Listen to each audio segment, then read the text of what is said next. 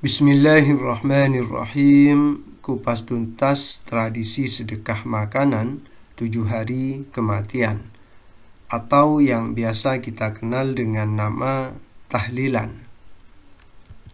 1.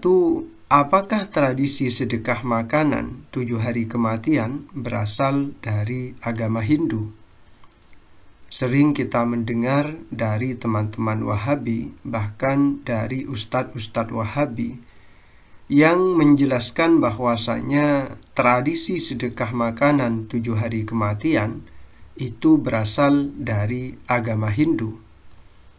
Padahal jika kita membuka kitab Hilyatul Awliya wa Tabaqatul Asfiya juz 4 halaman 11, disebutkan di sana an Sufyan qala Tawus innal mauta yuftanuna fi quburihim sab'an fakanu yastahibbuna ay yut'am anhum tilkal ayyam.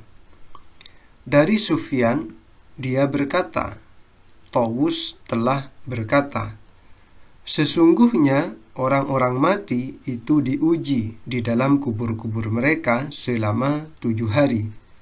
Maka mereka suka untuk disedekahi makanan untuk mereka pada hari-hari itu. Nah, sekarang kita menjadi tahu bahwasanya tradisi sedekah makanan 7 hari kematian tidak berasal dari agama Hindu. Bahkan di sini berasal dari perkataan seorang yang bernama Tawus. Jadi sekarang tinggal pilih, apakah kita mau lebih percaya terhadap perkataan teman-teman Wahabi dan ustadz-ustadz Wahabi yang mengatakan bahwasanya sedekah makanan 7 hari kematian berasal dari agama Hindu, atau kita lebih percaya pada perkataan Tawus yang mengatakan bahwasanya orang mati itu diuji di dalam kubur mereka selama 7 hari dan mereka suka untuk disedekahi makanan untuk mereka pada hari-hari itu. Kalau saya pribadi lebih percaya terhadap perkataan Tawus. Kenapa? 2. Siapa Tawus itu? Tawus adalah generasi salaf. Disebutkan di dalam kitab Al-Hawi lil Fatawi juz 2 halaman 216. Wa Tawus min kibarit tabi'in. Adapun Tawus itu termasuk dari para pembesar tabi'in. Jadi Tawus adalah termasuk ulama di kalangan tabi'in, karena dia termasuk dari para pembesar tabi'in. Qala Abu Nu'aim fil Hilyah. Abu Nu'aim di dalam kitab Al-Hilyah berkata, huwa awwalut tabaqati min ahli Yaman. Adapun Tawus itu adalah tabaqat pertama dari penduduk Yaman. Warawa Abu Nu'aim anhu annahu qala. Abu Nu'aim meriwayatkan dari Tawus bahwasanya dia berkata, adraktu khamsina min ashabi Rasulillah sallallahu alaihi wasallam. Tawus berkata, saya nututi terhadap 50 orang dari sahabat-sahabat Rasulullah sallallahu alaihi wasallam. Wa rawa ghairuhu anhu. Dan selain Abu Nu'aim meriwayatkan dari Tawus, qala, dia berkata, adraktu sab'ina syaikhan min ashabi Rasulillah sallallahu alaihi wasallam. Saya nututi terhadap 70 syekh, 70 orang tua dari sahabat-sahabat Rasulullah sallallahu alaihi wasallam. Jadi Tawus bukanlah orang sembarangan. Beliau adalah seorang tabi'in. Bahkan beliau termasuk dari kalangan para pembesar tabi'in, termasuk dari ulama di kalangan tabi'in. Beliau nututi masa hidup 50 hingga 70 sahabat Rasulullah sallallahu alaihi wasallam. Jadi daripada kita mempercayai perkataan teman-teman Wahabi dan ustadz-ustadz Wahabi, bukankah lebih baik kita mempercayai perkataan seorang yang dapat dipertanggungjawabkan perkataannya di dalam persoalan agama, yaitu Tawus. Kemudian yang ketiga, biasanya Wahabi itu masih ngeyel begini, sanadnya mungqati, sanadnya terputus karena Tawus dan Sufyan tidak pernah bertemu, maka sanadnya tidak sahih. Maka pertama kita lihat dulu Sufyan Tsauri itu dilahirkan tahun berapa.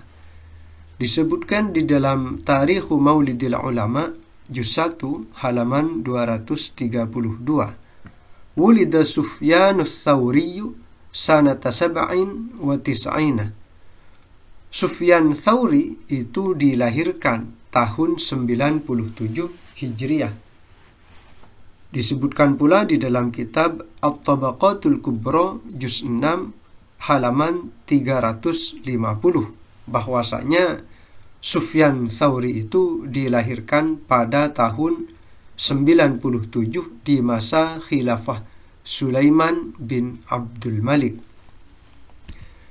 Kemudian Tawus wafat tahun berapa? Disebutkan di dalam At-Tabaqatul Kubra juz 5 halaman 479.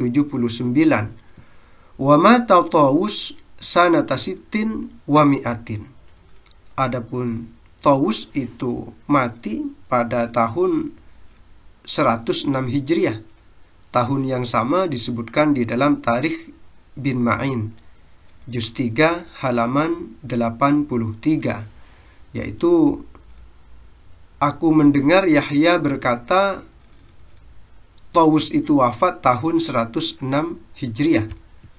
Bahkan di dalam kitab Al-Jami'u li'ulumil Imam Ahmad juz 17 halaman 397. Mata Tawus sanata sittin wa mi'atin.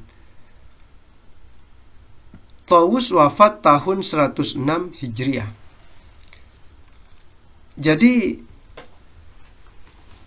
Imam Sufyan Ats-Tsauri itu dilahirkan sebelum wafatnya Tawus, atau Tawus wafat setelah kelahiran Sufyan Ats-Tsauri, jaraknya beberapa tahun.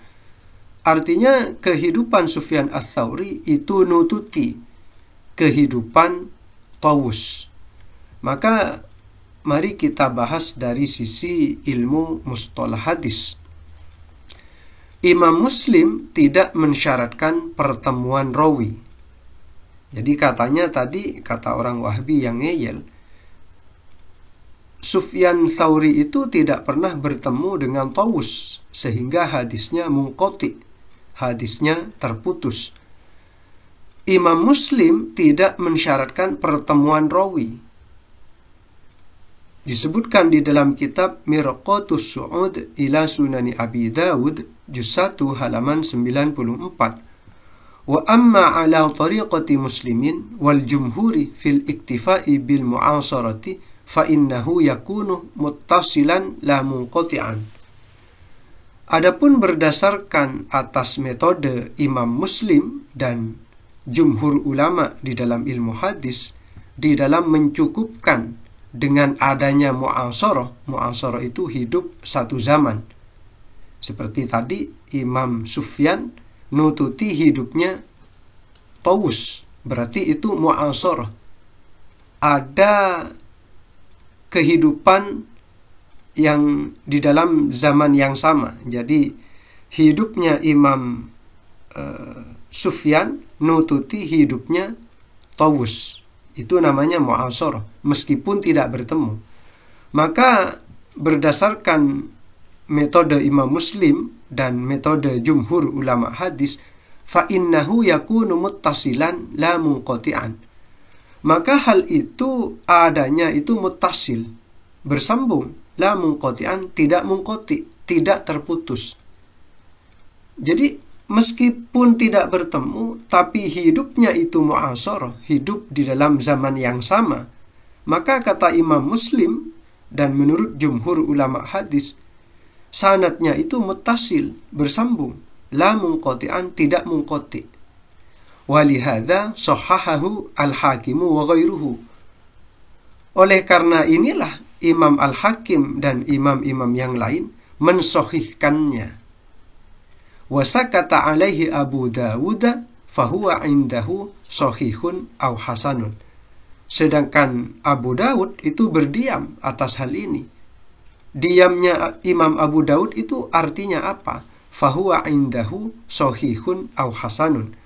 Maka ia menurut Imam Abu Daud adalah hadis sahih atau hadis hasan. Nah, jadi adanya mu'asharah menyebabkan sanad itu muttasil, tidak munqati. Jadi sanadnya bersambung, tidak terputus. Menurut metode Imam Muslim dan metode jumhur ulama hadis. Kemudian masih di dalam Imam Muslim tidak mensyaratkan pertemuan rawi, disebutkan di dalam kitab Adwa'ul Bayan fi Idahil Qur'ani bil Qur'an, juz 1 halaman 295. Fa Muslim ibn al-Hajjaj la yashtaritu fi sahihihi illa al-mu'asarata, fala yashtaritu al-luqiyah. Imam Muslim Ibnul Hajjaj tidak mensyaratkan di dalam kitab sahihnya kecuali mu'asharah, kecuali pertemuan masa hidup, ya, hidup satu zaman. Kalau nututi masa hidupnya, maka itu disebut muttasil. Fala yashtaritul luqiyah, maka beliau Imam Muslim Ibnul Hajjaj itu tidak mensyaratkan pertemuan. Kemudian disebutkan juga di dalam kitab Fathul Jalali wal Ikram Bisyarhi Bulughil Maram, juz 2 halaman 595, bahwa jika ada perkataan bi isnadin ala syarti Muslim, dengan sanad atas syarat Imam Muslim, apa makna dari hal itu? Sering kita melihat di beberapa kitab ada tulisan sahihun bi isnadin ala syarti Muslim. Sahih berdasarkan sanad atas syarat Imam Muslim. Nah, apa maksud perkataan seperti itu? Ala anna rijalahu rijal Muslim. Maksudnya adalah rijalnya, yaitu rawi-rawinya, itu rijal Muslim. Adalah rawi-rawi Imam Muslim. Wa aydan annahu la yashtaritu thubutal luqiyyi, dan juga bahwasanya Imam Muslim itu tidak mensyaratkan adanya pertemuan. Balil ladzi yushtaratu huwal mu'asharah faqat. Bahkan yang disyaratkan oleh Imam Muslim itu adalah mu'asharah, hidup satu zaman saja, meskipun tidak ada pertemuan.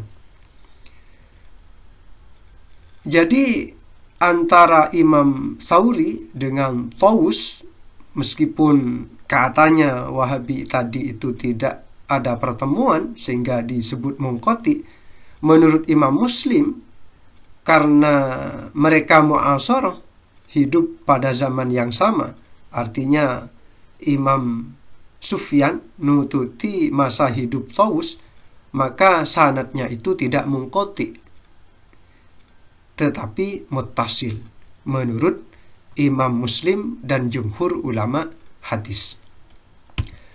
Maka sekarang kita masuk kepada pandangan Imam Suyuti terhadap hadis Tawus tersebut. Di dalam Syarhus Suyuti ala Muslim juz 2 halaman 491, di sini disebutkan terkait hadis Tawus tersebut, ya, yang sudah saya bacakan tadi, isnaduhu sahih, sanad-sanadnya itu sahih menurut Imam Suyuti. Kemudian ada hadis yang lain dari Ubaid bin Umair, annal mu'mina yuftanu sab'an wal munafiqah arba'ina sabahan, bahwasanya orang mukmin itu diuji selama 7 hari dan orang munafik itu diuji selama 40 hari. Wa sanaduhu sahihun aydon, sanadnya sahih juga. Jadi selain dari perkataan Tawus, juga ada riwayat dari Ubaid bin Umair, yang mana perkataannya berisi keterangan yang sama, bahwa orang mukmin diuji selama 7 hari. Nah, sanadnya Tawus sahih menurut Imam Suyuti, kemudian sanad yang Ubaid bin Umair juga sahih. Nah, maka di sini semakin kuat bahwasanya sedekah makanan selama 7 hari kematian itu berasal dari Tawus, bahkan dari Ubaid bin Umair.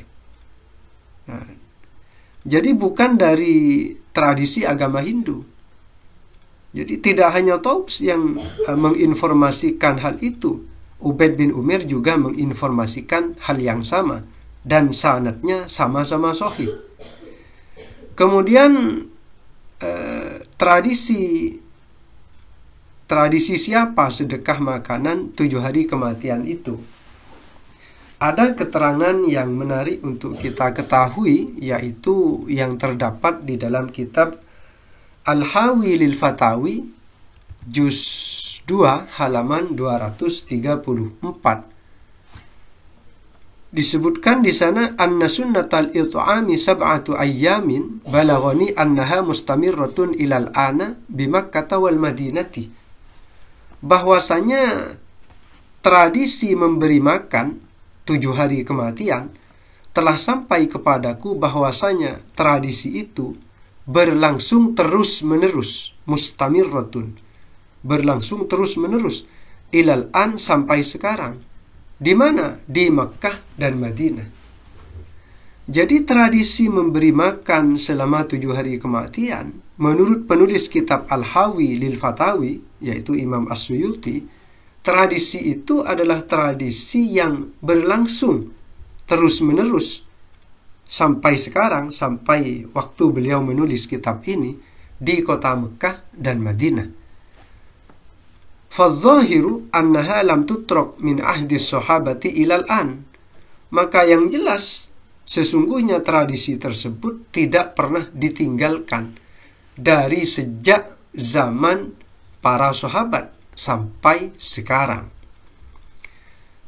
Nah, jadi tradisi sedekah makanan selama 7 hari kematian menurut penulis kitab ini itu tidak pernah ditinggalkan sejak masa sahabat sampai beliau menulis kitab ini.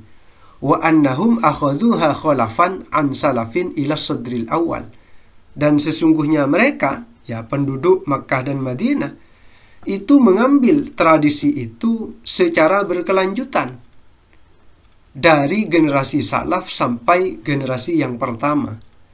Nah, beliau ini menulis kitab Al-Hawi lil Fatawi jauh sebelum kita berdebat tradisi sedekah makanan selama 7 hari kematian itu dari mana. Nah, jauh sebelum kita berdebat, beliau sudah menjelaskan di dalam kitab Al-Hawi lil Fatawi. Maka saya kemudian menjadi heran ketika ada orang yang bergelar doktor, dianggap ustadz, mengatakan bahwa tradisi sedekah makanan selama 7 hari kematian berasal dari agama Hindu. Padahal dia seorang doktor, dianggap ustadz. Herannya saya adalah, apakah dia belum pernah membuka kitab-kitab ulama yang menjelaskan tradisi ini, yang menjelaskan bahwasanya orang mukmin jika mati maka diuji selama 7 hari, maka mereka suka untuk disedekahi makanan selama hari-hari itu. Apakah ustadz yang bergelar doktor itu juga tidak membaca kitab Al-Hawi lil Fatawi, bahwasanya tradisi sedekah makanan selama 7 hari itu berlangsung terus-menerus sampai ditulisnya kitab ini. Bahkan beliau mengatakan tradisi itu tidak pernah ditinggalkan sejak masa sahabat sampai kitab ini ditulis. Kemudian terkait makan bersama setelah kematian, itu juga terjadi sejak masa sahabat. Disebutkan di dalam Hayatus Sahabah juz 3 halaman 386. Teks ini menceritakan tentang acara makan-makan yang diadakan setelah selesai penguburan Khalifah Umar bin Khattab. Jadi di hadis lengkapnya, setelah selesai pemakaman, maka para sahabat itu kembali ke rumah Khalifah Umar. Ternyata di sana itu sudah dihidangkan makanan. Sebagian sahabat ada yang tidak mau makan. Kenapa? Karena dalam keadaan masih berduka, kok makan-makan. Jadi para sahabat ada yang tidak mau makan. Maka apa yang dilakukan oleh Sayyidina Abbas? Faqala al-Abbasu ibnu Abdul Muttalib radhiyallahu an.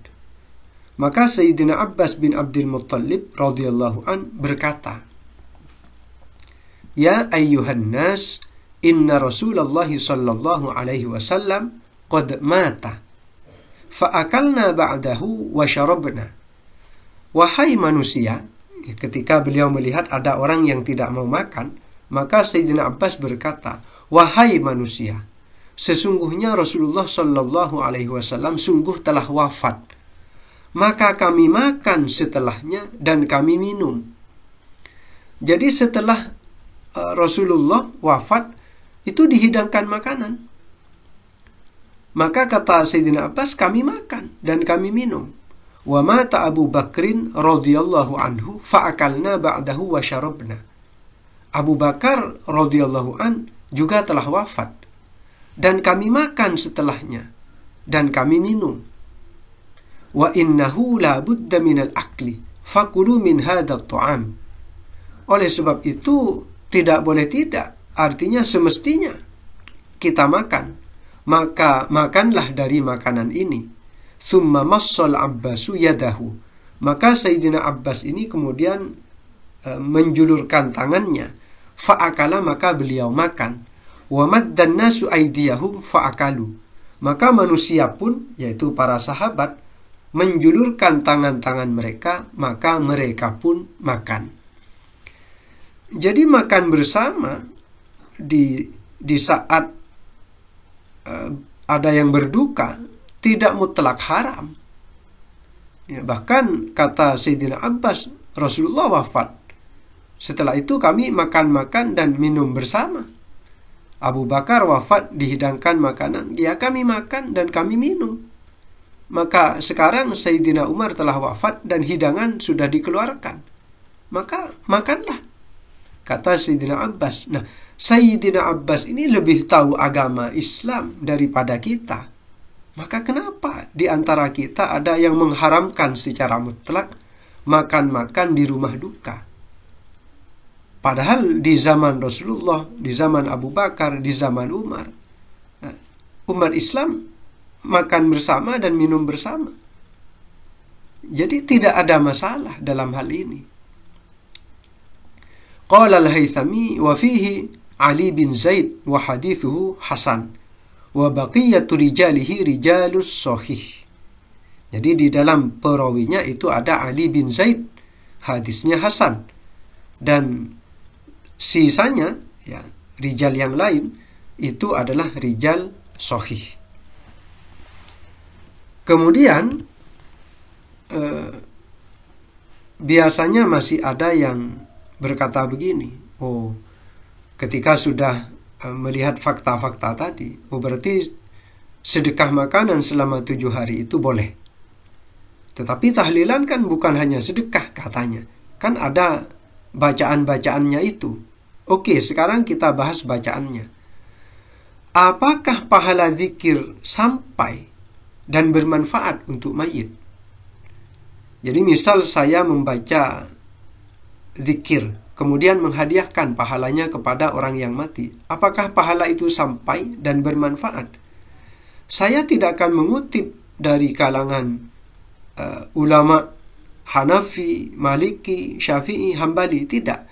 Saya akan mengutip perkataan dari seorang Syekhul Islam Ibnu Taimiyah. Karena teman-teman Wahabi sangat mengunggulkan Syekhul Islam Ibnu Taimiyah.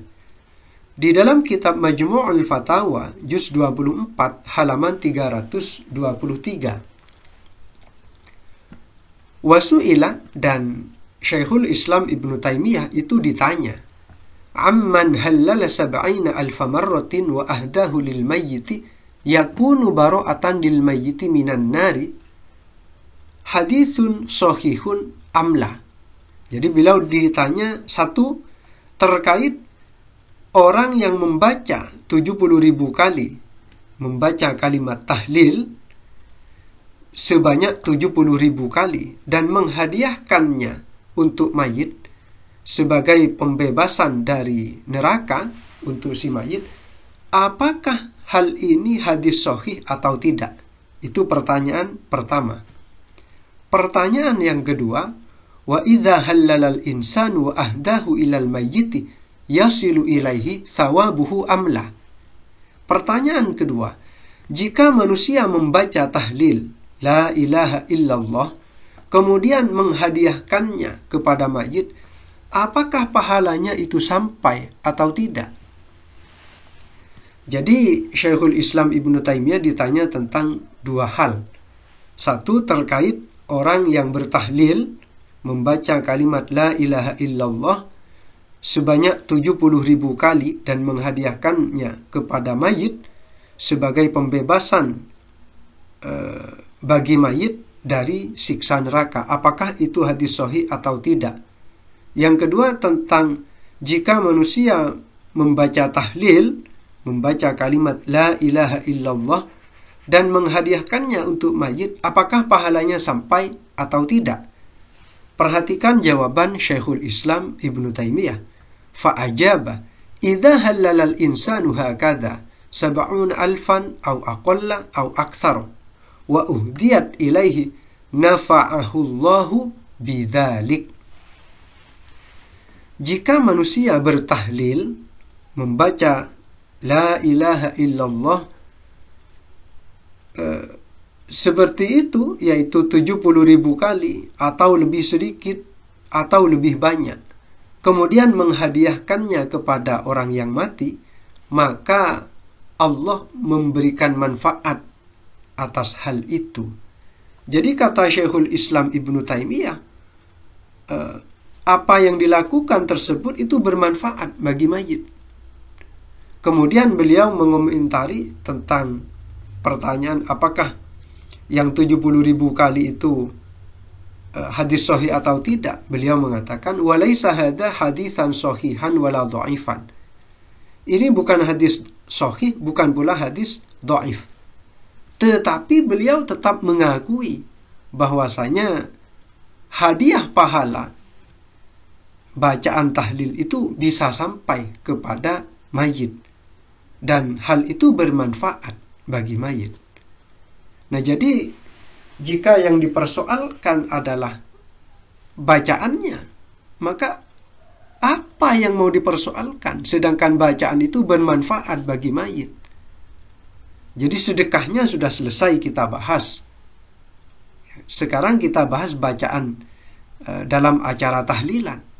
Kata Syekhul Islam Ibnu Taimiyah, bacaan-bacaan zikir, lebih-lebih bacaan Al-Quran, maka hal itu bermanfaat bagi mayit. Lalu jika bermanfaat bagi mayit, apa yang mau dipersoalkan? Sedekahnya sudah selesai kita bahas, bacaannya sudah selesai kita bahas juga. Lalu apa yang mau dipersoalkan dari tradisi tahlilan yang dilakukan di Indonesia? Yang mana yang mau disebut sesat? Sedekahnya atau bacaannya? Sedekahnya anjuran taus. Kemudian bacaannya menurut Syekhul Islam Ibnu Taimiyah itu bermanfaat bagi si mayit. Lalu apa yang mau dipersoalkan oleh teman-teman Wahabi dan ustadz-ustadz Wahabi terhadap tradisi tahlilan yang kita lakukan di Indonesia. Jika memang tidak mau melakukan, silahkan. Tetapi jika mau mempersoalkan, bahkan menuduh tradisi ini adalah tradisi bid'ah yang sesat, maka pertanyaan saya, yang mana yang sesat? Sedekahnya atau bacaannya? Dua-duanya sudah selesai saya bahas. Maka selesailah pembahasan tradisi sedekah makanan selama 7 hari kematian, sekaligus bacaan yang dilakukan di dalam acara tahlilan. Jika teman-teman Wahabi dan ustadz-ustadz Wahabi masih ngeyel, ngotot, bebal, masih mau menghukumi tradisi ini sebagai tradisi bid'ah yang sesat dan masuk neraka, maka pertanyaan saya, bagian yang mana yang dianggap sesat dan diancam dengan neraka itu? Kurang lebihnya mohon maaf. Wallahu a'lam.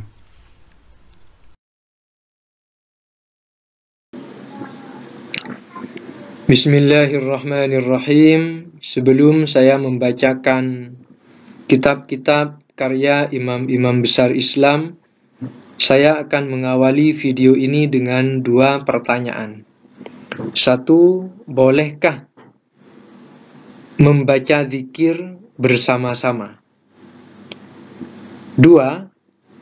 Sampaikah pengaruh bacaan zikir orang yang hidup terhadap orang yang meninggal dunia? Dan 2 pertanyaan tadi bisa Anda simpulkan jawabannya dari apa yang akan saya bacakan berikut ini. Kitab Al-Bidayah wan Nihayah karya Imam Ibnu Katsir, juz 6 halaman 100.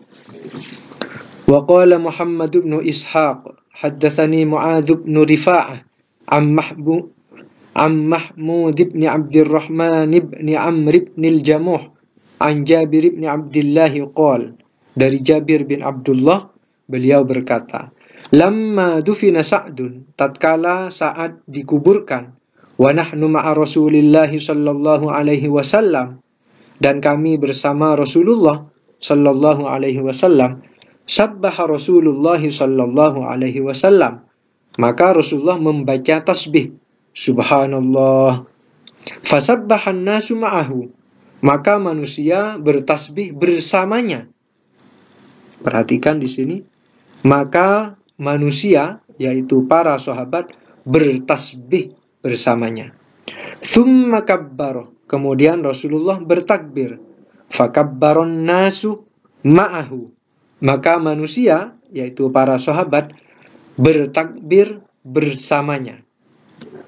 Dari sini pertanyaan yang pertama, bolehkah zikir dilakukan bersama-sama? Silahkan renungkan, temukan jawabannya.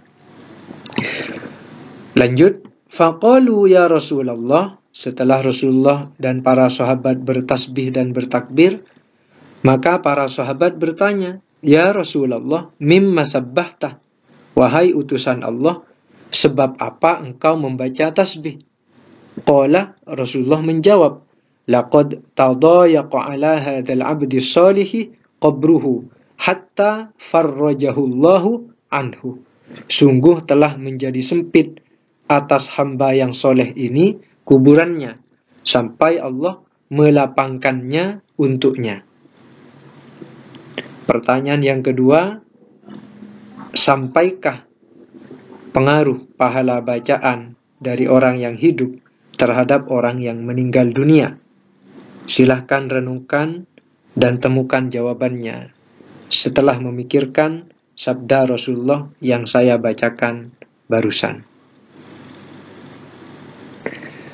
Baik, saya akan bacakan kitab yang lain, yaitu kitab As-Sirah An-Nabawiyah Ibnu Katsir. Isinya juga sama. Ya, saya akan buka kitab yang lain, Ad-Da'u wad-Dawa karya Ibnu Qayyimil Jauziyah. Di sini ada keterangan sabbaha Rasulullah sallallahu alaihi wasallam fasabbahna. Rasulullah membaca tasbih, maka kami membaca tasbih. Ya, tawilan. Ya. Dalam waktu yang lama. Jadi Rasulullah membaca tasbih, subhanallah, subhanallah. Ya, diikuti oleh para sahabat. Subhanallah. Ya. Tsumma kabbara fakabbarna. Allahu akbar. Ya. Kemudian faqila ya Rasulullah, maka dikatakan, wahai utusan Allah, lima sabbahta tsumma kabbarta. Karena apa engkau bertasbih dan bertakbir? Faqala laqad tadayaqa ala hadzal abdi shalihi qabruhu hatta farrajallahu anhu. Ya. Sungguh telah sempit atas hamba yang soleh ini kuburannya, sampai Allah melapangkannya untuknya. Kita cek Mishkatul Masabih, juga sama.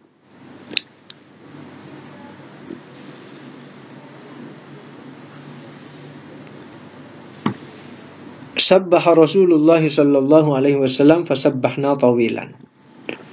Tsumma kabbara fakabbarna. Sama. Kemudian Al-Musnadul Jami' juga sama. Ada hadis ini. Kemudian Al-La'ali wasabbahan nasu ma'ahu. Dan masih banyak ya di kitab-kitab yang lain. Bahkan ini kitab Ibnul Jauzi, ya, Jami'ul Masanid, karya Ibnul Jauzi. Sama di sini. Wa wudi'a fi qabrihi, saat itu diletakkan di kuburnya, wa suwiya alaihi, dan tanah diratakan atasnya. Sabbaha Rasulullah sallallahu alaihi wasallam fasabbahna tawilan. Ya, Rasulullah membaca tasbih, maka kami membaca tasbih tawilan. Ya, lama sekali. Ya. Dibaca berulang-ulang oleh Rasulullah. Tsumma kabbara fakabbarna. Ya. Sama. Kemudian Musnad Imam Ahmad juga sama. Banyak ya di kitab-kitab yang ditulis oleh imam-imam besar Islam. Silahkan disimpulkan sendiri tentang dua pertanyaan tadi. Satu, bolehkah zikir bersama-sama? Kemudian yang kedua, sampaikah bacaan zikir ya orang yang masih hidup terhadap orang yang telah meninggal dunia? Silahkan direnungkan dan temukan jawabannya. Wallahu a'lam bishawab. Terima kasih sudah menonton video ini.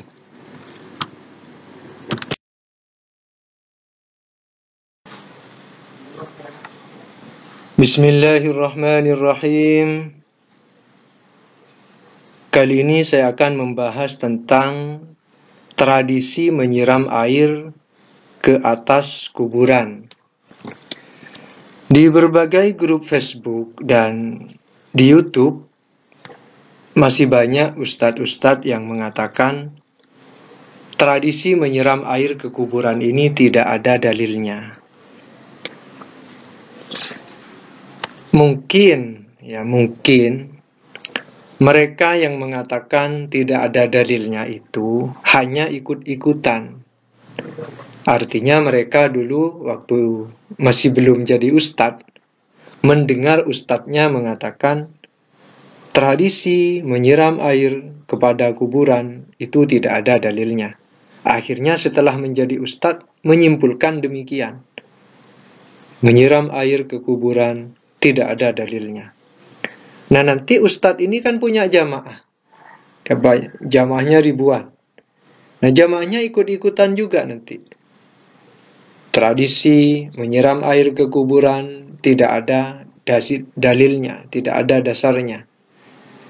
Terus begitu. Ya. Tanpa mau meneliti sendiri. Ya, hanya percaya kepada gurunya. Katanya kita harus kembali ke Al-Quran dan As-Sunnah. Coba diteliti, ya. Kalau memang tidak tahu, katakan tidak tahu. Jangan katakan tidak ada dalilnya. Ya. Apa sudah membaca semua kitab hadis, semua kitab fikih, kemudian berani mengatakan tidak ada dalilnya? Bagaimana kalau ada dalilnya? Apakah akan mencabut pernyataan? Pernyataan saya cabut, ternyata ada dalilnya. Apa akan begitu? Atau justru akan menolak dalil, ya, karena terlanjur malu, misalkan sudah terlanjur mengatakan tidak ada dalil, kok ada dalilnya, saya harus menolak dalil ini supaya pernyataan saya bahwa tidak ada dalil itu tidak saya cabut. Jangan seperti itu, ya, ketika menyampaikan Islam. Kalau memang tidak tahu, katakan tidak tahu. Bukan kehinaan. Mengatakan tidak tahu itu bukan kehinaan. Banyak ulama-ulama, bahkan sekelas imam-imam madhab itu, ketika ditanya, mengatakan, saya tidak tahu. Ya. Kalau memang tidak tahu, katakan tidak tahu. Jangan menyimpulkan tidak ada dalilnya. Lebih baik mengatakan, saya belum menemukan dalilnya. Mari kita cek apakah tradisi menyiram air ke kuburan itu tidak ada dalilnya. Kita cek di kitab As-Sunanul Kubra karya Imam Al-Baihaqi, jilid 7 halaman 275. Nomor hadis 6824. Warawa Muhammad bin Umar al-Waqidi an Abdullah bin Ja'far an ibni Abi Aunin an Abi Atiqin an Jabir bin Abdullah, dari Jabir bin Abdullah, qala, beliau berkata, rusya ala qabrin Nabi sallallahu alaihi wasallam al-ma'u rasyan, disiramkan atas kubur Nabi sallallahu alaihi wasallam air, rasyan, dengan siraman yang benar-benar. Ya, artinya bukan main-main, memang benar-benar disiram. Orang Arab kalau berkata darabtu Zaidan darban, ya, beda dengan darabtu Zaidan, beda. Darabtu Zaidan, saya memukul Zaid. Tapi darabtu Zaidan darban, saya memukul Zaid dengan pukulan yang benar-benar pukulan. Artinya dipukul beneran. Ya, jadi rusyah diikuti rasyan, berarti ini disiram beneran. Ya. Qala, dan beliau berkata, wa kana alladhi rasyal ma'a ala qabrihi Bilal bin Rabah, dan adalah orang yang menyiramkan air atas kubur Nabi itu Bilal bin Rabah. Ya, mungkin ada yang mau protes begini, itu kan Bilal yang menyiram dan Nabi sudah wafat, berarti Bilal melakukannya itu tanpa takrir dari Nabi. Mungkin mau protes begitu, ya. Kita cek di kitab As-Sunanul Kubra lil Baihaqi, ya. Kalau tadi 6824, sekarang 6741, ya. Jilid 3 halaman 577, ya. Wa fima dzakara Abu Dawud fil Marasil, dan di dalam apa yang disebutkan oleh Abu Dawud di dalam kitab Al-Marasil, an Abdullah bin Muslimin wa ghairihi, dari Abdullah bin Muslim dan lainnya, an Abdul Aziz bin Muhammadin, an Abdullah bin Muhammad bin Umar, an abihi, dari Abdullah bin Muhammad bin Umar dari bapaknya, anna Rasulullah sallallahu alaihi wasallam rasya ala qabri Ibrahim, sesungguhnya Rasulullah sallallahu alaihi wasallam menyiramkan air atas kubur Ibrahim. Ibrahim ini adalah anak Nabi Muhammad. Jadi ketika Ibrahim ini dimakamkan, maka Rasulullah menyiramkan air ke atas kuburnya. Wa annahu awwalu qabrin rusya alaihi, dan sesungguhnya kubur Ibrahim ini adalah kubur yang pertama kali disiramkan air atasnya. Kita cek Asbabul Ashraf, jilid 1 halaman 576. Ya, nomor hadis 1166. Haddatsani Muhammad bin Sa'din 'anil Waqidi 'an Malik wa Ma'mar 'aniz Zuhri qala. Dari Zuhri beliau berkata, lamma dufina Rasulullah sallallahu alaihi wasallam, tatkala Rasulullah dikuburkan, rusya ala qabrihil ma'u, ya, disiramkan atas kuburnya air, min qibali ra'sihi, dari dekat kepalanya, min syikkihil aimani, dari arah yang sebelah kanan. Rasyahu Bilalun, yang menyiram adalah Bilal. Kita cek di kitab At-Tabaqatul Kubra, juga ada keterangan yang sama. Rusya ala qabrin nabiyyi sallallahu alaihi wasallam al-ma'u, jilid 2 halaman 233. Kitab Musnad Asy-Syafi'i, jilid 1 halaman 215, nomor 599. Akhbarana Ibrahim bin Muhammadin, telah mengabarkan kepada kami Ibrahim bin Muhammad, an Ja'far bin Muhammadin an abihi, dari Ja'far bin Muhammad dari bapaknya, annan Nabiyya sallallahu alaihi wasallam rasya ala qabri ibnihi Ibrahim. Sesungguhnya Nabi sallallahu alaihi wasallam menyiramkan atas kubur anaknya, ya, menyiramkan air atas kubur anaknya yang bernama Ibrahim. Wa wada'a alaihi hasba'ah, dan meletakkan di atas kuburnya batu-batu kecil. Ar-rasyu tafriqul ma, ya. Yang dimaksud ar-rasy ini adalah menyiramkan air, ya. Wal hasba'u al-hasa, dan yang dimaksud hasba ini adalah batu-batu kecil. Lihat keterangan atau penjelasan dari Imam Asy-Syafi'i. Wa ma'lumun anna Ibrahim, dan telah maklum, telah diketahui sesungguhnya Ibrahim mata tiflan, mati ketika masih kecil. La wizra lahu, tidak ada dosa baginya. Wa innama yaf'alu dzalika ar-rasulu ta'liman lana. Rasulullah melakukan itu untuk mengajarkan kepada kami. Ammal hikmatu fi rasyil ma'i, adapun hikmah, tujuan di dalam menyiramkan air, wa wad'il hasa, dan meletakkan batu-batu kecil, fala na'rifuha, maka kami tidak mengetahuinya.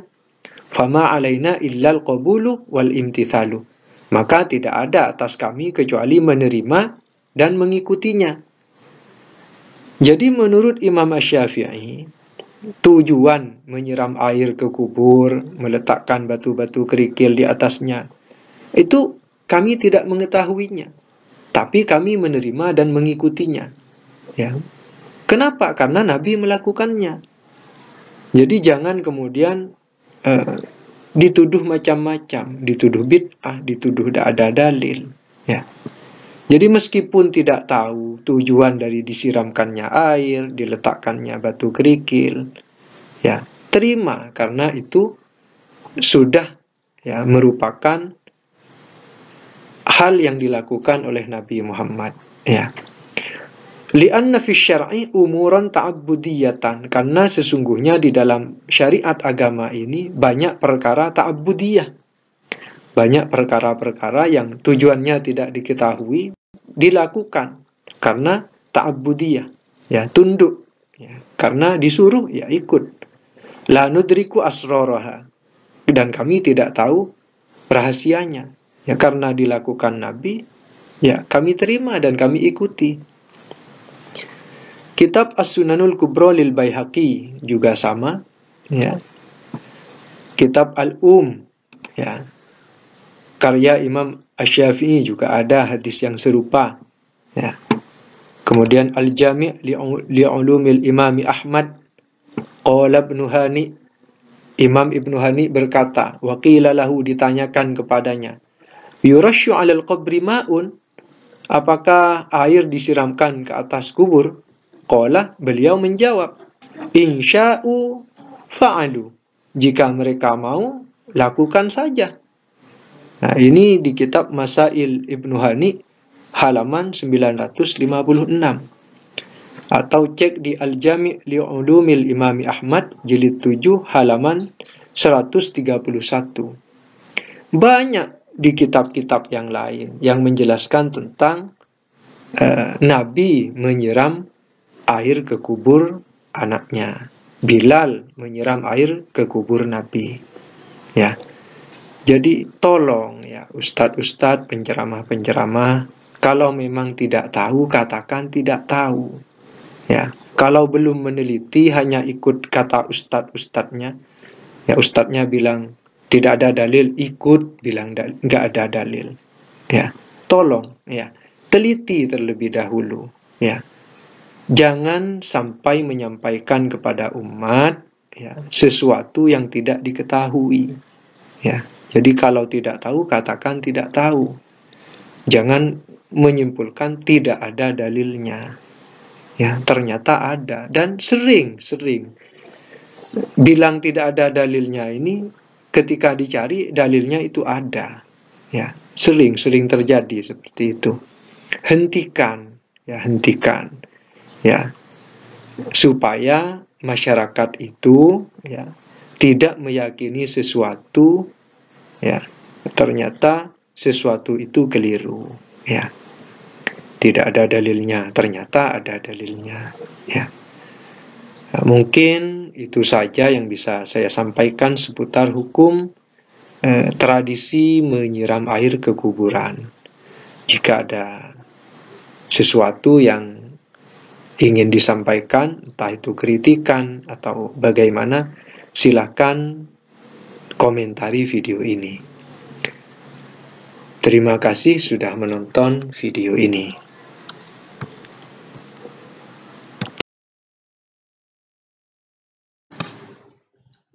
Bismillahirrahmanirrahim. Apakah orang yang sudah meninggal dunia, yang sudah berada di alam kubur, bisa mendoakan orang yang masih hidup? Mari kita cek di kitab Al-Mu'jamul Kabir karya Imam At-Tabrani, juz 4 halaman 129, nomor hadis 3887. Sanadnya cukup panjang, saya akan baca dari bagian ini. An Abi Ayyub al-Ansari anna Rasulullah sallallahu alaihi wasallam qala. Dari Abu Ayyub al-Ansari, sesungguhnya Rasulullah sallallahu alaihi wasallam bersabda, Inna nafsal mu'mini idza qubidat talaqqaha min ahli rahmati min ibadillahi kama talqawnal bashir fid dunya. Sesungguhnya jiwa seorang mukmin ketika dicabut, maka dari penduduk rahmah, dari hamba-hamba Allah, jadi penduduk alam kubur, dari hamba-hamba Allah, itu menemui jiwa orang mukmin tadi. Kama talqawnal bashir fid dunya, sebagaimana mereka menemui seorang manusia di dunia. Jadi penduduk alam kubur itu, kalau ada orang mukmin yang baru meninggal dunia, mereka itu datang. Sama seperti mendatangi seorang manusia ketika di dunia. Oh, ada orang baru. Nah, mereka berdatangan. Fayaquluna, maka mereka berkata, Unzuru sahibakum yastarihu fa innahu qad kana fi karbin syadidin. Lihatlah oleh kalian sahabat kalian yang sedang beristirahat, karena sesungguhnya dia telah berada di dalam problem yang dahsyat. Nah, jadi mereka ini ahli rahmah ya, dari hamba-hamba Allah ini mendatanginya. Mereka berkata begini, ayo datangi yuk. Dia sudah beristirahat dari problem yang sangat dahsyat. Artinya urusannya tuh sudah selesai. Ayo sekarang kita ke sana. Nah, seperti itu. Menjenguk. Kemudian, summa yas'alunahu madza fa'ala fulanun. Kemudian mereka setelah menemui jiwa orang mukmin yang baru meninggal dunia ini, mereka bertanya. Jadi karena dia sudah selesai tanya jawab kubur, maka penduduk alam kubur ini mendatanginya dan bertanya. Ngobrol lah istilahnya. Madza fa'ala fulanun? Apa yang diperbuat fulan? Ya, jadi yang masih hidup yang ditanya. Sekarang fulan itu ngapain? Nah, mungkin seperti itu kalau bahasa saat ini. Wa ma fa'alat fulana? Dan apa yang dilakukan oleh fulana? Cowok itu ngapain sekarang? Nah, cewek itu ngapain? Ya, yang masih hidup yang ditanya. Hal tazawwajat? Apakah cewek itu sudah menikah? Ini yang ditanya oleh orang-orang yang berdatangan tadi. Ya, penduduk alam kubur yang datang tadi. Ya, mungkin beliau ingin menghibur penduduk baru ini. Apa yang dilakukan fulan sekarang? Apa yang dilakukan fulan? Apakah cewek itu sudah menikah? Kemudian perhatikan di sini, wa faida sa'aluhu 'anir rajuli qad mata qablahu. Apabila mereka bertanya tentang seseorang, ya, tentang seorang lelaki, mereka bertanya kepadanya tentang seorang lelaki yang telah meninggal sebelumnya.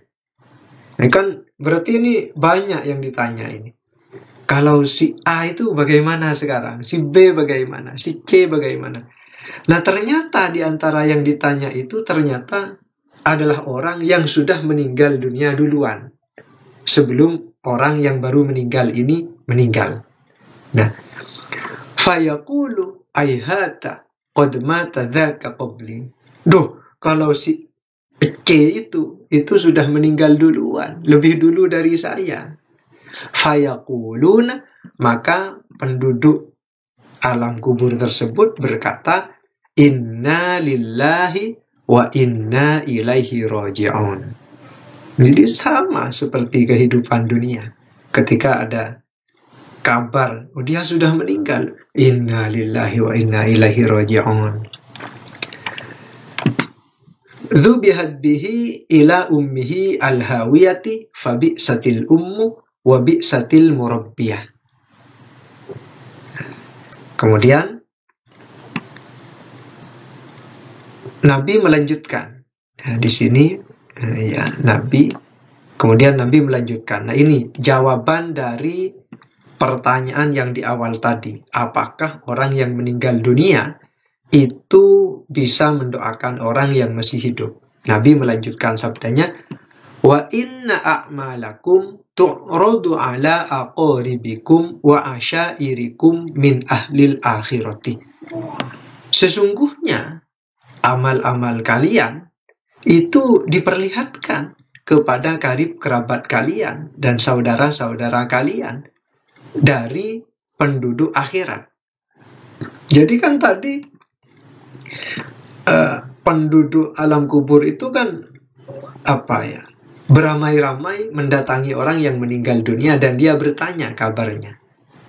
Nah, sehingga kata Nabi, sesungguhnya amal perbuatan kalian yang masih hidup ini itu diperlihatkan kepada karib kerabat saudara-saudara dari penduduk alam akhirat. Fa in kana khairan farihu wastabsyaru. Jika adanya itu baik, maka mereka itu bahagia dan bergembira, senang. Wah, ternyata saudaraku yang masih hidup amalnya bagus. Senang mereka, bahagia.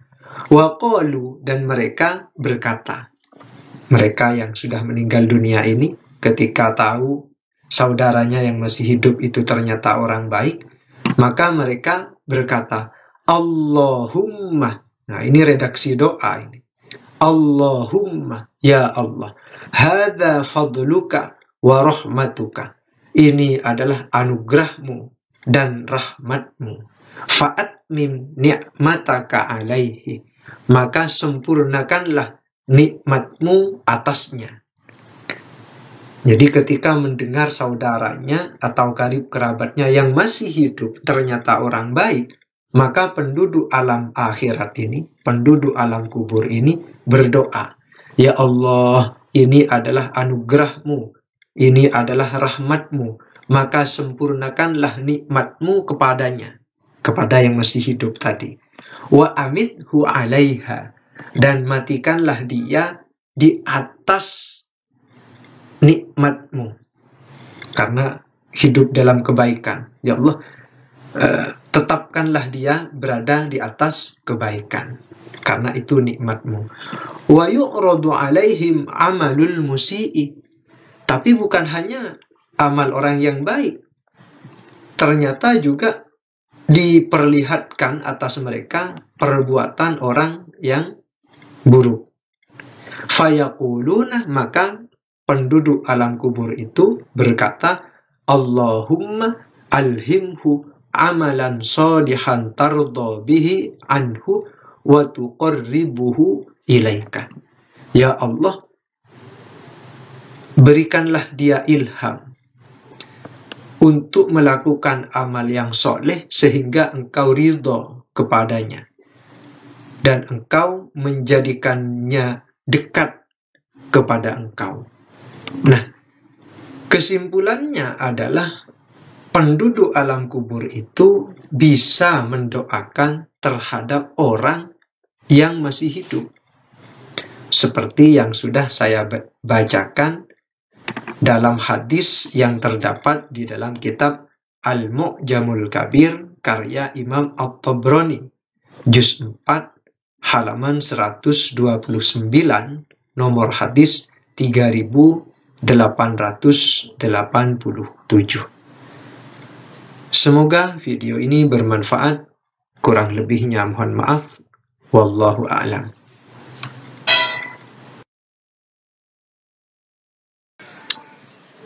Bismillahirrahmanirrahim.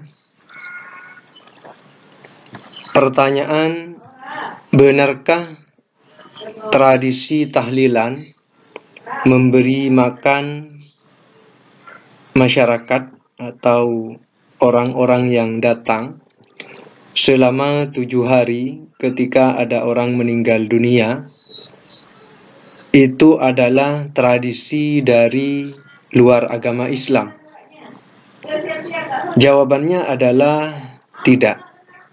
Tradisi memberi makan ketika ada orang meninggal dunia selama 7 hari atau yang kita kenal dengan tahlilan, ini sudah ada sejak generasi tabi'in, bahkan sejak zaman sahabat. Kata siapa? Keterangan ini bisa kita lihat di dalam kitab Al-Hawi lil Fatawi karya Al-Imam Abdurrahman bin Abu Bakar bin Abi Bakar Jalaluddin As-Suyuti. Jadi kitab ini ditulis oleh imam yang sangat terkenal. Ya, kalau kita pernah ngaji kitab Tafsir Jalalain, maka beliau ini adalah satu dari 2 orang penulis kitab Tafsir Jalalain itu. Jadi penulis Tafsir Jalalain itu Imam Jalaluddin Al-Mahalli dan Imam Jalaluddin As-Suyuti. Nah, kitab Al-Hawi lil Fatawi ini ditulis oleh Imam Jalaluddin As-Suyuti. Di dalam juz 2 halaman 234 beliau menulis, Wal nakhtimil kitaba bila ta'ifah, kami akan menutup kitab ini dengan informasi yang sangat halus atau sangat bagus, ya. Al-ula, yang pertama, anna sunnatal it'ami sab'atu ayyamin, sesungguhnya tradisi memberi makan selama 7 hari, balaghani annaha mustamirratun ilal an, telah sampai kepadaku bahwasanya tradisi itu terus-menerus dilakukan sampai sekarang. Jadi di zaman beliau menulis kitab ini, tradisi ini tetap dilakukan. Ya. Di mana? Di Makkah wal Madinah. Di Makkah dan Madinah. Ya, tradisi memberi makan selama 7 hari ini ketika ada orang meninggal dunia, ini tradisi yang terus-menerus dilakukan di Makkah dan Madinah. Ya. Fadzahiru, maka yang jelas, annaha lam tutrok, sesungguhnya tradisi itu tidak pernah ditinggalkan, min ahdi sahabati ilal an, dari sejak masa sahabat sampai sekarang. Jadi menurut beliau, tradisi memberi makan ini yang terjadi pada masa beliau ini itu tidak pernah ditinggalkan sejak zaman sahabat. Di ilal an, sampai sekarang, sampai masanya Imam Jalaluddin As-Suyuti menulis kitab ini. Wa annahum, sesungguhnya mereka yang melakukan tradisi ini, akhadhuha khalafan an salafin, mengambil tradisi itu secara berkelanjutan an salafin, dari generasi salaf, ila sadril awal, sampai masa generasi yang pertama, yaitu generasi sahabat. Wa ra'aitu, dan aku melihat, fit tawarikhi, di dalam kitab-kitab sejarah, kitab-kitab tarikh, kathiron, sangat banyak, fi tarajimil a'immati, di dalam biografi-biografi para imam, yaquluna, mereka berkata, wa aqaman nasu ala qabrihi, dan manusia telah mendirikan atau melaksanakan ala qabrihi, di atas kuburnya, sab'ata ayyamin, selama 7 hari, yaqra'unal qur'ana, mereka membaca Al-Quran. Wa akhrajal hafizul kabiru, dan al-hafidh al-kabir, ya, mengeluarkan sebuah keterangan, ya, Hafidh al-Kabir Abul Qasim bin Asakir, fi kitabihil musamma, di dalam kitabnya yang bernama Tabyinu kadhibil muftari fima nusiba ilal imami Abil Hasanil Ash'ari, penjelasan tentang kebohongan orang yang mengada-ngada terhadap apa yang dinisbatkan kepada Imam Abul Hasan al-Ash'ari. Ini nama kitabnya. Ada keterangan apa di kitab itu? Sami'tu Syekh al-Faqih, saya mendengar Syekh al-Faqih Abul Fathi Nasrullah ibn Muhammad ibn Abdul Qawi al-Misisi, ya, mendengar beliau ini yaqulu, berkata, tuwfiya Syekhu, telah wafat Syekh Nasr ibn Ibrahim al-Maqdisi fi yaumits tsulatsa'i, di hari Selasa, at-tasi'i minal Muharrami, tanggal 9 dari bulan Muharram, sanata tis'ina wa arba'imi'atin, pada tahun 490. Ya. Jadi Syekh Nasr ibn Ibrahim al-Maqdisi ini wafat pada hari Selasa tanggal 9 Muharram tahun 490 Hijriah di Dimashq, di Damaskus. Kemudian lanjutannya, wa aqamna ala qabrihi, dan kami berdiri atau melakukan di atas kuburnya, sab'a layalin, selama 7 malam, naqra'u, kami membaca, kulla lailatin, setiap malam, 20 khutmatan, 20 khataman Al-Quran. Ini bukti nyata bahwa tradisi tahlilan, tradisi memberi makan selama 7 hari ketika ada orang meninggal dunia, itu bukan tradisi dari luar agama Islam, melainkan tradisi yang memang ada di dalam generasi Islam. Bahkan di sini disebutkan dari sejak masa tabi'in, bahkan sejak generasi pertama, yaitu generasi sahabat. Ya. Semoga informasi ini bisa menghentikan tuduhan-tuduhan yang disebar sejak dulu sampai sekarang bahwa tradisi tahlilan itu tradisi dari luar agama Islam. Jadi jangan mudah percaya dengan informasi yang tersebar. Silahkan langsung rujuk ke kitab yang ditulis oleh imam-imam atau ulama-ulama besar Islam. Sebab dari sana kita akan tahu mana yang benar, mana yang hanya isu. Semoga video ini bermanfaat. Wallahu a'lam. Bismillahirrahmanirrahim. Kali ini saya akan membacakan beberapa kitab.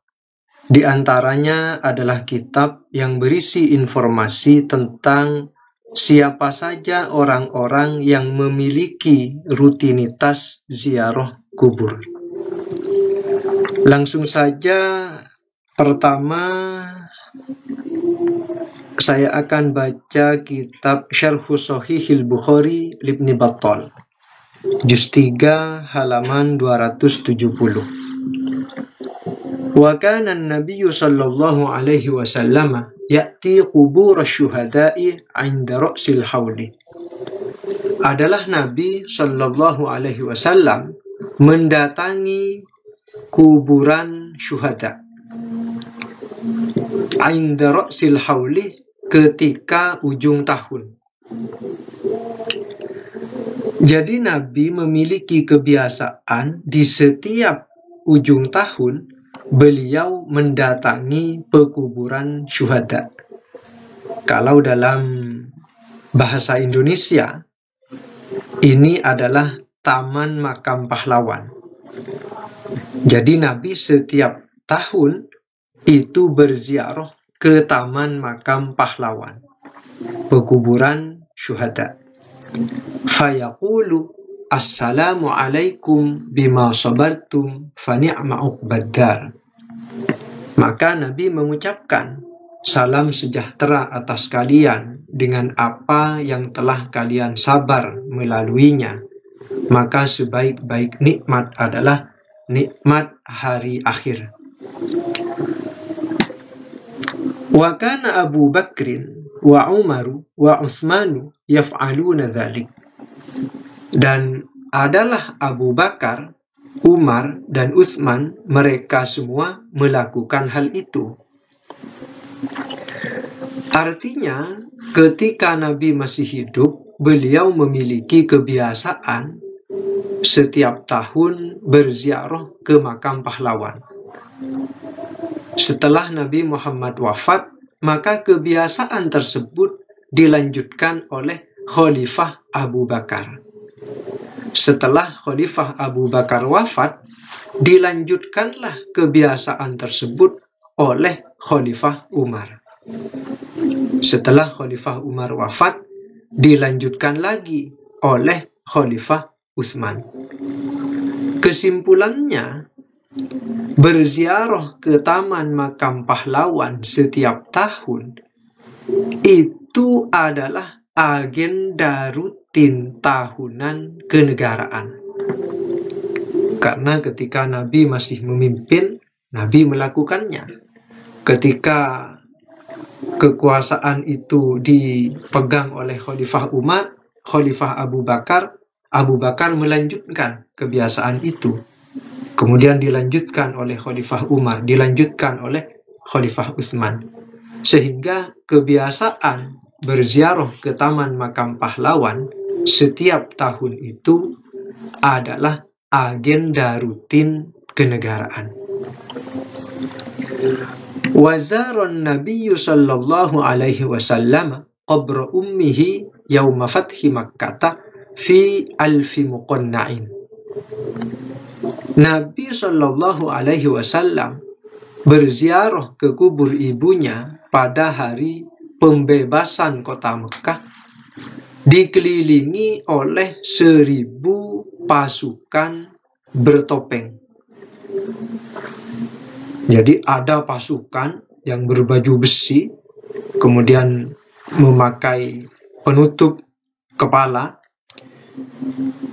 mengelilingi Nabi ketika Nabi itu berziarah ke kubur ibunya. Karena pada waktu itu adalah pembebasan ya, artinya dalam rangka militer, maka ketika Nabi masuk ke area pekuburan, Nabi ini dilindungi oleh kurang lebih 1.000 pasukan khusus demi keamanan Nabi Muhammad sallallahu alaihi wasallam. Dzakarahu Ibnu Abid Dunya. Hal itu disebutkan oleh Ibnu Abid Dunya. Kemudian wa dzakara Ibnu Abi Syaibata an Aliyin wa Ibni Mas'udin wa Anas bin Malikin ijazata ziyaratil kuburi. Ibnu Abi Syaibah menyebutkan dari Ali, dari Ibnu Mas'ud, dan dari Anas bin Malik tentang bolehnya berziarah kubur. Wa kanat Fatimatu tazuru qabra Hamzah kulla jumu'atin. Adalah Sayyidah Fatimah itu berziarah ke kubur Sayyidina Hamzah setiap Jumat. Jadi Nabi Muhammad berziarah ke kubur syuhada setiap tahun. Abu Bakar juga setiap tahun. Umar, Utsman setiap tahun. Kemudian Sayyidah Fatimah berziarah ke kubur Hamzah, pamannya, itu seminggu sekali. Wa kana Ibnu Umar yazuru qabra abihi. Adalah Ibnu Umar itu berziarah ke kubur bapaknya. Jadi putra Umar, yaitu Abdullah bin Umar, itu berziarah ke kubur bapaknya, yaitu Sayyidina Umar. Fayaqifu alaihi wa yad'u lahu. Kemudian beliau itu berhenti di sana, berdiri di sana, kemudian berdoa untuknya. Kemudian wa kanat Aisyatu tazuru qabra akhiha Abdurrahmani wa qabruhu bi Makkah. Adalah Sayyidah Aisyah berziarah ke kubur saudaranya, yaitu Abdurrahman, sedangkan kubur beliau itu ada di Makkah. Jadi Sayyidah Aisyah yang hidup di Madinah itu pergi ke Mekah untuk berziarah kubur ke kubur saudaranya yang bernama Abdurrahman. Dzakara dzalika kullahu Abdur Razzaq. Semua itu disebutkan oleh Abdur Razzaq. Keterangan yang sama bisa kita dapatkan di kitab At-Tawdih li Syarhil Jami'is Shahih juz 9 halaman 510. Sekarang kita masuk ke kitab Al-Musannaf karya Abdur Razzaq juz 3 halaman 572, nomor hadis 6713. An Ibni Uyainata an Ja'far ibn Muhammadin an abihi qala. Dari Ibnu Uyainah, dari Ja'far bin Muhammad, dari bapaknya, beliau berkata, Kanat Fatimatu bintu Rasulillah sallallahu alaihi wasallam tazuru qabra Hamzata kulla jumu'atin. Adalah Sayyidah Fatimah, putri Rasulullah sallallahu alaihi wasallam, itu berziarah ke kubur Hamzah setiap Jumat. Di kitab Al-Mustadrak ala Sahihaini lil Hakimi juz 1 halaman 533, nomor hadis 1396, disebutkan dengan redaksi yang lebih detail. An Ali ibn al-Husaini an abihi anna Fatimata bintan Nabiyyi sallallahu alaihi wasallam kanat tazuru qabra ammiha Hamzata kulla jumu'atin fatusalli wa tabki indahu. Dari Ali bin Husain, dari bapaknya, sesungguhnya Sayyidah Fatimah, putri Nabi sallallahu alaihi wasallam, adalah beliau berziarah ke kubur pamannya yang bernama Hamzah setiap Jumat. Jadi kebiasaan Sayyidah Fatimah ini setiap Jumat berziarah ke kubur pamannya. Kemudian apa yang beliau lakukan di sana? Fatusolli wa tabki indahu. Beliau kemudian melakukan sholat di sana. Kemudian beliau menangis di sampingnya. Hadzal haditsu ruwatuhu an akhirihim thiqatun. Hadis ini para perawinya dari yang terakhir semuanya thiqat. Sekarang kita masuk ke kitab Sahih Al-Bukhari.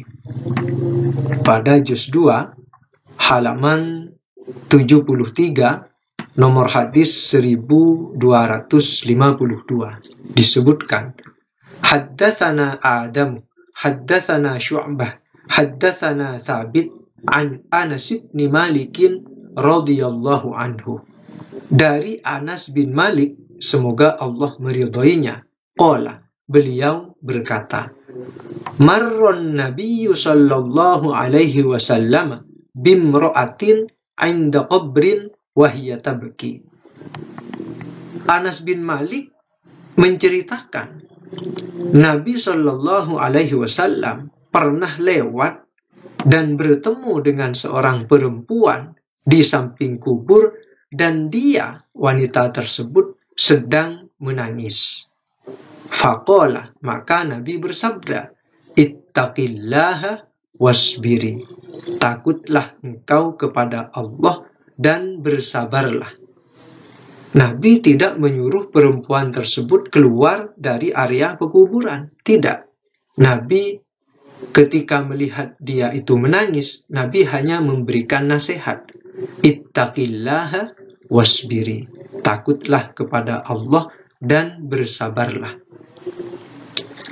Kesimpulan dari beberapa kitab yang sudah dibacakan tadi adalah kebiasaan berziarah kubur yang terjadwal, yang rutin, itu terjadi sejak zaman Nabi Muhammad Sallallahu Alaihi Wasallam, di mana Nabi setiap ujung tahun memiliki agenda, memiliki rutinitas berziarah ke Taman Makam Pahlawan, ke pekuburan syuhada. Kebiasaan setiap tahun yang dilakukan oleh Nabi ini dilanjutkan oleh Khalifah Abu Bakar, kemudian dilanjutkan oleh Khalifah Umar, dilanjutkan lagi oleh Khalifah Utsman. Dan putri Nabi, yaitu Sayyidah Fatimah, punya kebiasaan berziarah kubur ke kubur pamannya yang bernama Hamzah setiap Jumat. Jadi seminggu sekali. Mungkin itu saja yang bisa saya sampaikan dalam video ini. Kurang lebihnya mohon maaf. Wallahu a'lam.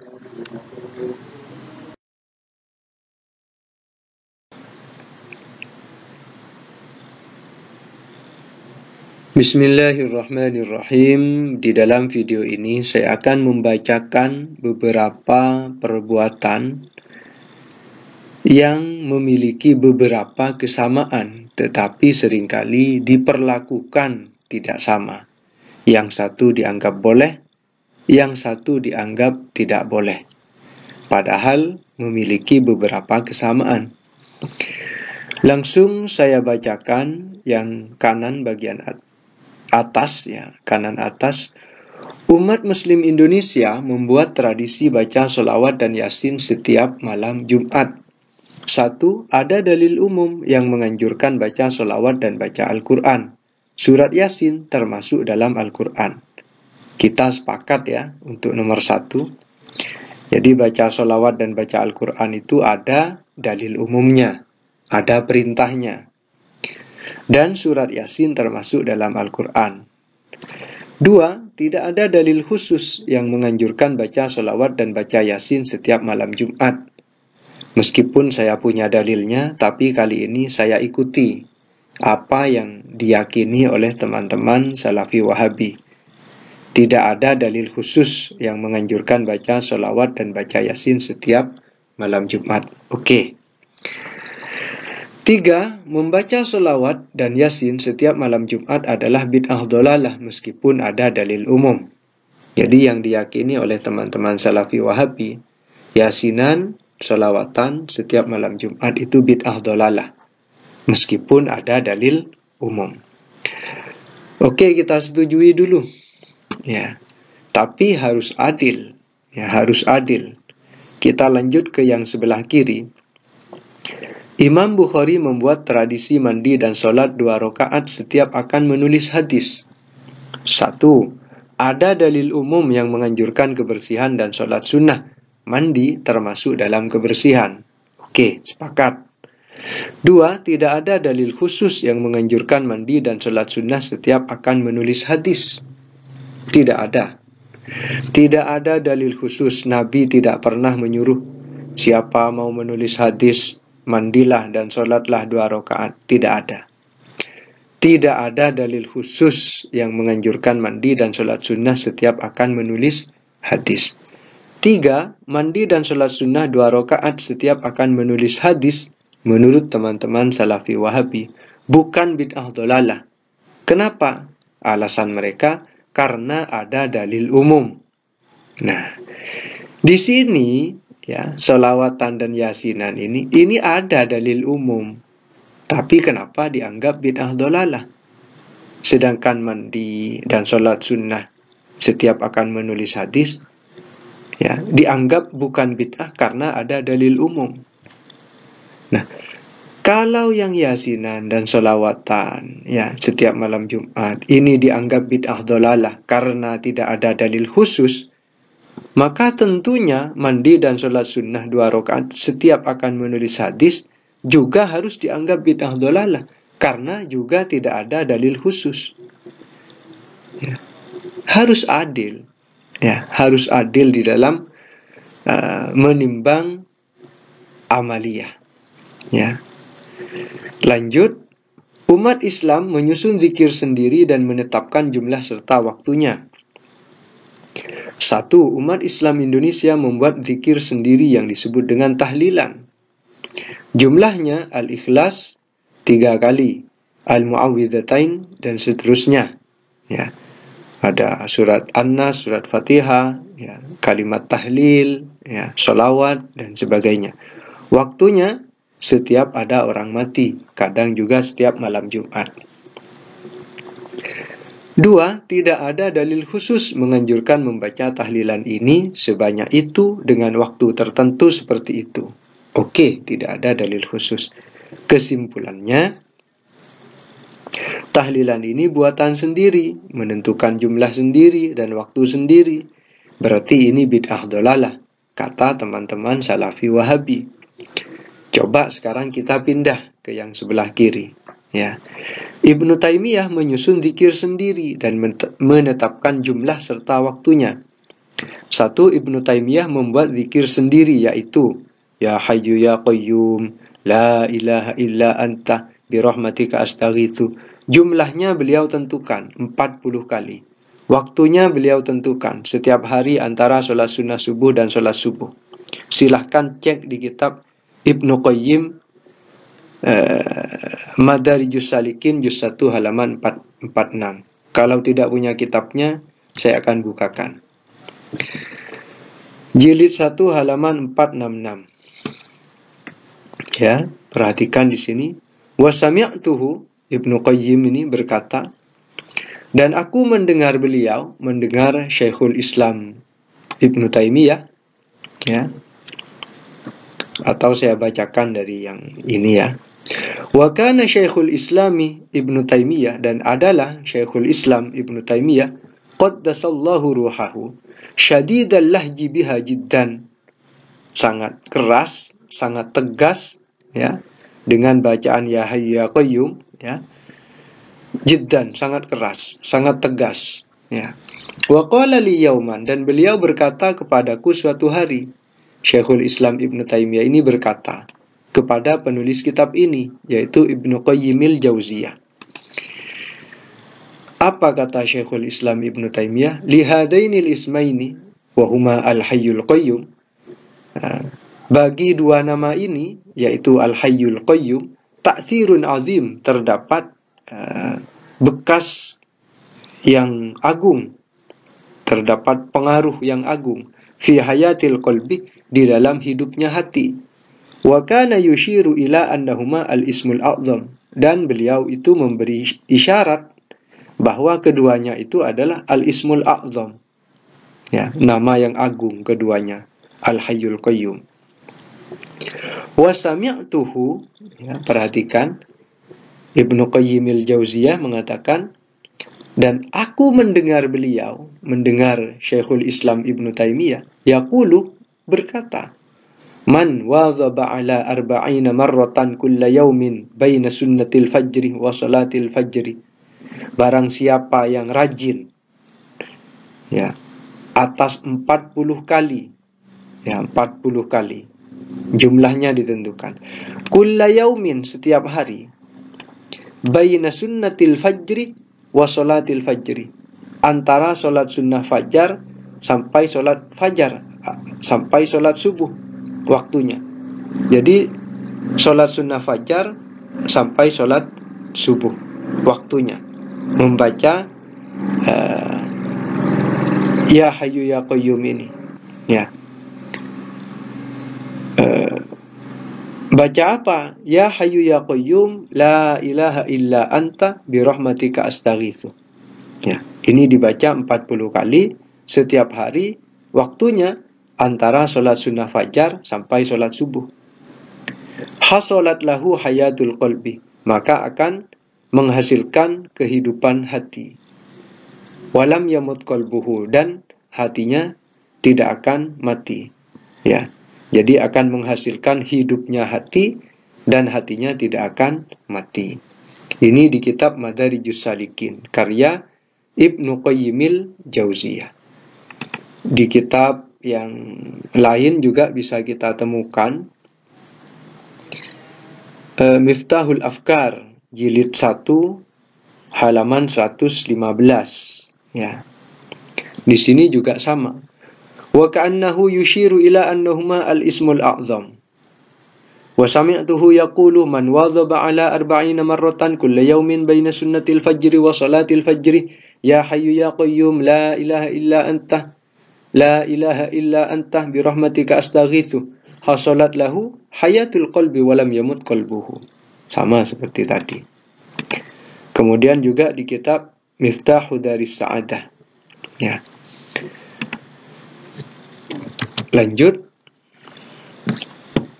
2. Tidak ada dalil khusus yang menganjurkan membaca zikir ini sebanyak 40 kali dengan waktu tertentu seperti ini. Silahkan dicari di Quran, di hadis, tidak akan ditemukan. Tidak ada dalil khusus, ya. Zikir ini 40 kali setiap hari antara salat subuh, antara salat sunnah subuh dan salat subuh. Tidak ada dalil khusus. Kesimpulannya, ya, ini buatan sendiri, menentukan jumlah sendiri dan menetapkan waktu sendiri. Pertanyaannya, apakah ini bid'ah dhalalah? Ya, kan sama seperti yang ini. Susunan sendiri, jumlahnya ditentukan, waktunya ditentukan. Sama-sama, ya. Sama-sama seperti ini, sama-sama buatan, sama-sama jumlahnya ditentukan, waktunya ditentukan. Kenapa yang ini disebut bid'ah dhalalah? Yang ini kenapa tidak disebut bid'ah dhalalah? Nah, coba, ya, pikirkan dengan baik ketika menilai amaliyah umat Islam. Direnungkan terlebih dahulu.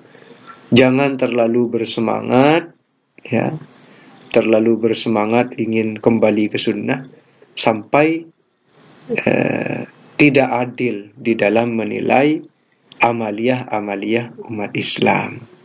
Ya.